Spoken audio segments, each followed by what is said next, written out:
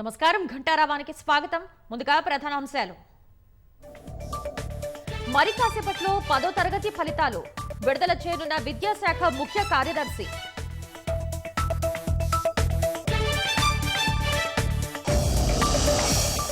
ఎన్నికలు సమీపిస్తుండటంతో ప్రచారాన్ని ముమ్మరం చేసిన సీఎం ఇవాళ కరీంనగర్, వరంగల్, చేవెళ్లలో పర్యటించనున్న రేవంత్.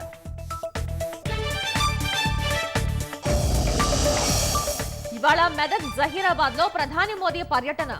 రఘునందన్, బీబీ పాటిళ్లకు మద్దతుగా ప్రచారం.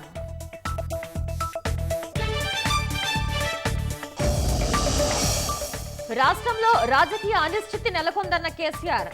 భాజపాలో చేరతారనే ప్రచారాన్ని సీఎం ఎందుకు ఖండించడం లేదని ప్రశ్న. కోడ్ అమల్లోకి వచ్చినప్పటి నుంచి కోట్లలో పట్టుబడుతున్న సొత్తు. ఇప్పటి వరకు 202 కోట్ల రూపాయలు స్వాధీనం చేసుకున్న ఈసీ.